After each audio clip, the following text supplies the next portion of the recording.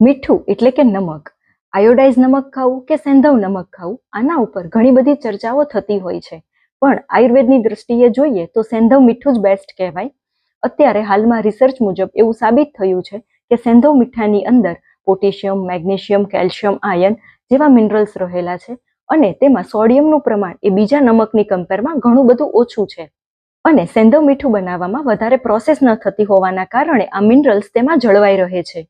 તેની જગ્યા પર સાદું મીઠું બનાવવામાં ઘણા બધા કેમિકલ પ્રોસેસ થતા હોય છે, જેના લીધે તેમાં રહેલા બીજા મિનરલ્સ એ ઓછા થઈ જાય છે અને તેમાં અલગથી આયોડિન ઉમેરીને તેને આયોડાઇઝ સોલ્ટ બનાવવામાં આવે છે.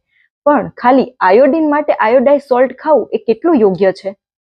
પુખ્ત વયના લોકોને રોજનું 130 થી 150 માઇક્રોગ્રામ જેટલા આયોડિનની જરૂરિયાત હોય છે અને આટલું આયોડિન આપણે સંતુલિત આહાર લઈએ તો એમાંથી સરળતાથી મળી જતું હોય છે. જેમ કે દૂધ, પાલક, બટેટા, શક્કરિયા, અમુક કઠોળ કે જેમાં આયોડિન રહેલું હોય છે.